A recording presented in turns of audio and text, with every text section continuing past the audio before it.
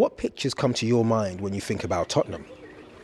Do you think about the Tottenham or Tottenham named after Tota, a farmer whose hamlet was mentioned in the Doomsday books? Or the Tottenham that became a popular recreation and leisure destination for wealthy Londoners during the Tudor period? The Tottenham wherein lies the woods that Henry VIII hunted on his visits to Bruce Castle? Or the Tottenham that Luke Howard, father of meteorology, the man who gave clouds their names, lived and died? Where the actors Ron Moody and Shani Wallis, who played Fagin and Nancy in Oliver, lived?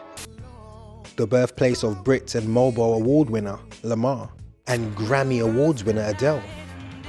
Now my question is, what is wrong with Tottenham? And why the bad press? I spoke to some key people in the community, see if they could shed a light on Tottenham. Tottenham is an abandoned part of London. It's kind of like that place where you don't really talk about, it seems. Or if you do talk about it, it's in a negative way. Obviously the recent riots in Tottenham 2011 didn't help the status of Tottenham at all in terms of what the rest of the UK, the rest of the world, in fact, saw.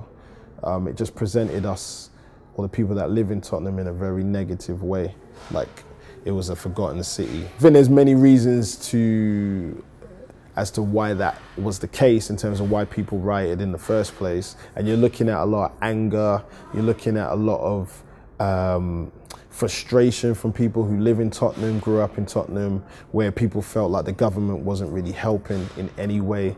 There are underlying social and economic factors which, if unaddressed, will make further unrest an inevitability. I mean, the eyes of the media is that obviously we've had a few hiccups, what with Broadwater Farm earlier on, and obviously the riots that was sparked off by an unfortunate killing of a young boy in the area. I think that was the catalyst that started everything off. There's obviously a lot of deep-rooted problems. The second riots that we've just had was the best thing that's happened in Tottenham for a while. My reason for saying that is all of a sudden the government is now starting to pump money into Tottenham, because Tottenham's Haringey is an outer London borough, so we don't get as much money as Islington or Hackney, and we've been struggling for years.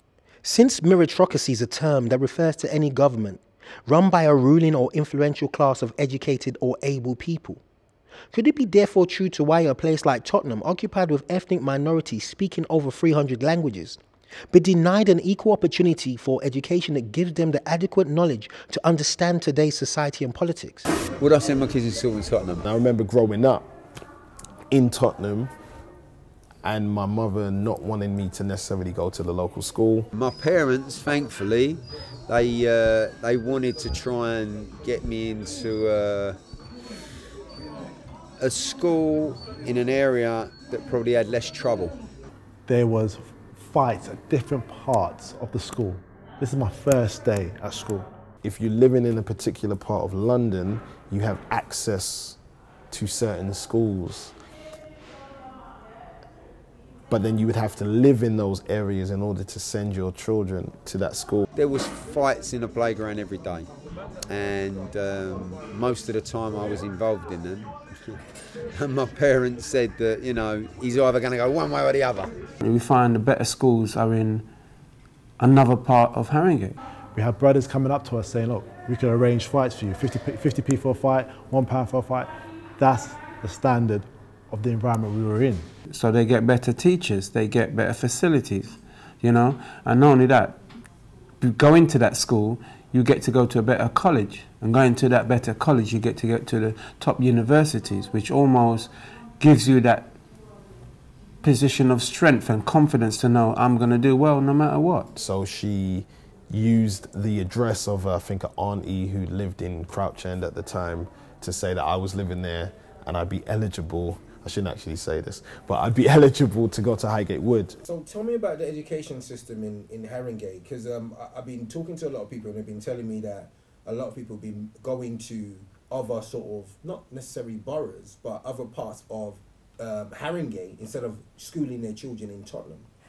Well, people perceive always the grass is green on in the next field. Yeah. So people from Hackney, they come over and they come to our schools in like Gladesmore, Northumberland Park. Have got a lot of Hackney children. Similarly, some of our parents think the schools in Enfield are better, so they move their children over to the Enfield schools. In point of fact, Gladesmore and Northumberland Park are two of the most best schools in London now. They had very, very good exam results. And St Thomas More's, which is in Wood Green, had the highest in London of turning the school round. So how come that isn't getting sort of shown in the media, in the news? Because Tottenham, ever since we had Bernie Grant as our MP, all the papers like The Sun, for instance, will knock it and they'll say bad things. You know, when Bernie Grant was leader of the council here, they said that, oh, he said you can't say bar black sheep anymore. You must have heard about that. And you can't have blackboards and all that stuff. It was all nonsense and it was all by the papers. People only know Tottenham from media coverage. If you're sat at home of an evening and you're watching your local news, and on that local news, all you're seeing is a local stabbing on a street that you know the name of, a robbery in a shop that you've gone to, bad press about funding cuts in your local schools and local community centres, anything about the recession, anything about how we've got to really tighten our purse strings and things are getting harder, how are you going to feel about your local community? You're going to feel negatively about it, even if you yourself personally have never experienced violence or crime. You're going to feel that, God, that's going on my doorstep. I don't think I'll go out tonight. Are the occurrences in Tottenham a political unjust against its people? A postcode war that leaves its residents trapped within an invisible social prison, where poverty and frustration leads to crime and violence? Are we in a new age of class and social slavery? A vicious cycle that discriminates against a group of people, either because of their social status, that denies a fully qualified member of society a position in a workplace because of their unfamiliar surnames. When the application forms come in, what do you normally do? You check for if the description matches, if the application matches the job description, where they live, criminal record, and also what my boss used to do at the time. If the name didn't sound English. You're getting so much nationalities in this country without the room, without the jobs. He used to put them to one side. What I mean by one side, like, we're not going to go through the application. We won't even give it a chance. They're just getting all pushed out there to go and get a job, if you get what I'm trying to say. I mean, where? I'm actually born in this country. Even though that person might be highly qualified, just because their name wasn't English, let's say for instance maybe Mohammed or Vimalan or Ahmed or whatever you want to say, if it's not English, he didn't want to know. More than the criminal things that are happening, like the crime, more than the hearsay about Tottenham, more than the things that happen in Tottenham, the things that's hurt me in this world is not being given the chance that you should. Just like the other man. And clearly, it is still a very dangerous and difficult confrontation down there in Tottenham. What we've got here is failure to communicate.